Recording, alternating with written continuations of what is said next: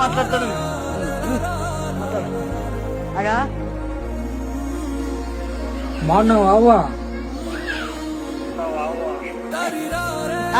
బాగున్నానప్ప, నువ్వు బాగున్నావా? రాపా మరి మా ఊరు చూసుకోదురా. వస్తాను, నాకు ఓటు వేయలేదు. మరి ఓటు వేసింటే వస్తుంటే ఎవరేయలేదు ఓటు? మనం కంకం కట్టుకునేనా?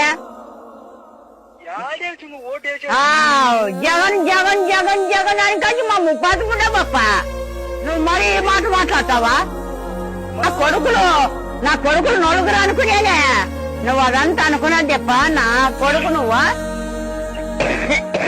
మరి నువ్వు వచ్చే దగ్గర నన్ను బతుకుతానో లేదో అని పేట అంటుకొని పోయేదే.